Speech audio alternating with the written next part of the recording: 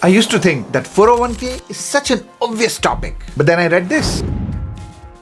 4 in 10 workers, that is 40% of the workers, are offered a 401k by their employers, but they don't contribute anything to it. And of the remaining 60% that actually do, very few take full advantage of the potential of the 401k. So pretty much everyone can benefit from taking a relook at their 401k and doing these health checks. By not doing that, you may be leaving money on the table and jeopardizing your retirement. So in this video, we are going to talk about what is 401k, what is the right time to start contributing to 401k, how much is the optimal amount to contribute, and if you are a professional with middle to high income, what can you do to maximize your 401k benefits? So let's get started.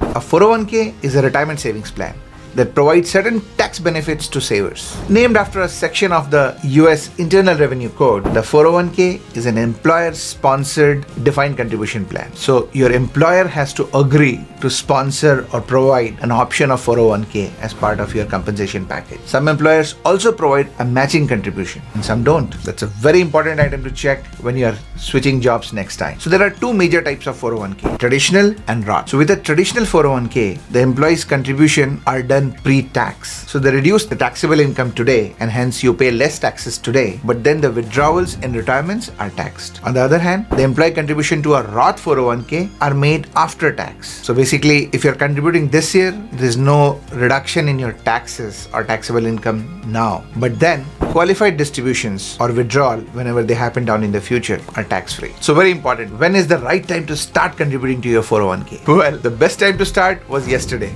or last year, or even before that. But the next best time to start is today. Why? It's because of the magic of compound interest. Imagine it this way. It's like you're planting a seed, which is your money that you're contributing today. Over time, that seed can grow into a plant. But here's the cool part. That plant itself will start producing more seeds, which can then produce more plants. That is a simple explanation of compound interest. The more time you allow it to grow, the more productive your original plant becomes, because you're allowing time for even the seeds to grow into plants and produce more seeds. This snowball effect, because of compound interest, is what makes 401k so powerful. Let's use some numbers to see what happens when you start contributing to 401k in different age ranges in your life. Let's say Sarah starts contributing $3,000 a year at a young age of 22. And for this example, let's assume an average rate of return as 7%. By the time she retires at 67, Sarah would have accumulated $1.35 million. Now that's a lot of beach vacations in retirement. But consider this, maybe you started your career a bit late and now you are in 30s. That's the only time when you could start contributing to your 401k. So now you need to do more. Let's assume you start contributing $5,000 a year, starting at 30.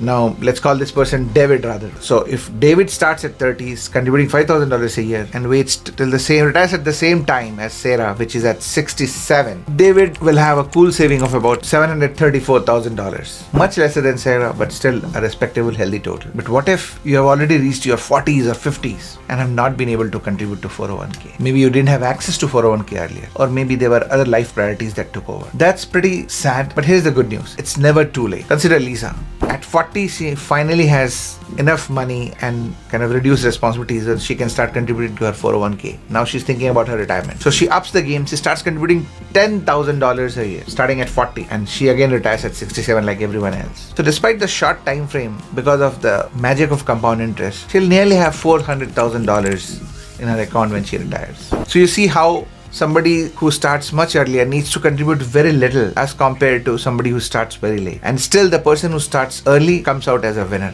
with more money. So it's very important that you start as soon as possible. But that's only one part of the puzzle. It's very important to know what is the optimal amount to fund your 401k as well.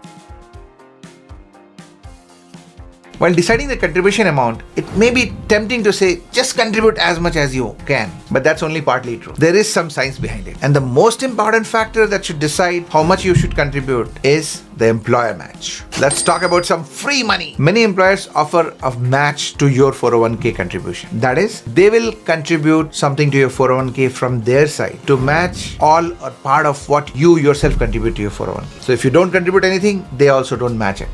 But if you do contribute, they say, yes, I appreciate that you are taking care of your retirement and I want to pitch in too. Some employers offer 100% match up to a certain limit, and some employers will match only at 50%. Let's understand with an example. Let's assume Sarah contributes 6% of her $60,000 annual salary to her 401k.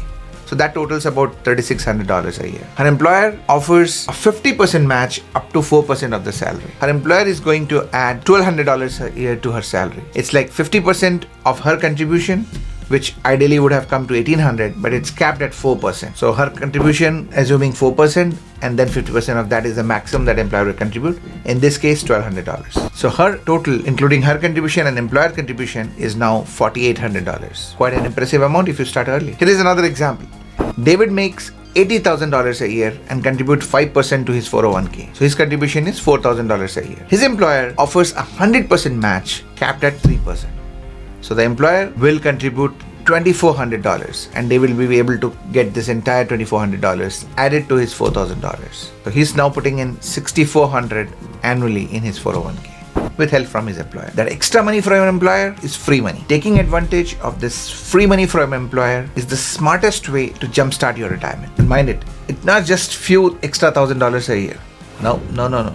Why? Again, compound interest. See, the money that your employer contributes also grows within your retirement savings alongside what you contribute. So even the employer portion can grow to a pretty huge amount over time, and that can provide a big boost to your overall retirement. For example, if the employer portion of the contribution was $2,400 a year and you leave it in for say about 40 years, and invest aggressively to get, for ease of example, 10% returns on your savings. The employer contributing $2,400 a year for 40 years, and if you get return of 10% per year, you'll have a savings of $1.17 million just from your employer portion of the contribution. It's that powerful. So you'd think that everyone would be taking advantage of this employer match at least because it's free money. But according to the CNBC survey that we looked at, only 24% of the employees are putting as much as required to get full match from their employer. Only 24%. The other 76%, they're not taking full advantage of it. Since you're watching this video, there is no reason that you should belong to that sad 76% majority.